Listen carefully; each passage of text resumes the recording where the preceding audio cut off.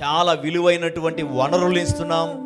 ఈరోజు చాలా చాలా విలువైన నాలెడ్జ్ బిడ్డలకి ఇస్తున్నాం. కానీ సర్వము సృజించిన సృష్టికర్త అయిన దేవుని బిడ్డలకు బహుమానముగా ఇవ్వలేకపోతున్నారు. దేవుని సన్నిధిని బహుమానముగా చూపలేకపోతున్నారు. చాలామంది పేరెంట్స్ విషయంలో చూస్తూ ఉన్నారు. ఇది యవ్వన ప్రాయానికి వచ్చాక చాలా చాలా బ్యాడ్ హ్యాబిట్స్లో కూరుకుపోయిన తర్వాత పేరెంట్స్ వచ్చి బాధపడుతూ ఉంటారు. అయ్యా నా బిడ్డ త్రాగుతున్నాడయ్యా, అయ్యా నా బిడ్డ తిరుగుబోతుగా మారాడయ్యా, అయ్యా నా బిడ్డ ఇష్టానుసారమైన జీవితాన్ని జీవిస్తున్నాడయ్యా, ప్రేయర్ చేయండి పాస్టర్ గారు అని ఎప్పుడంటారో తెలుసా?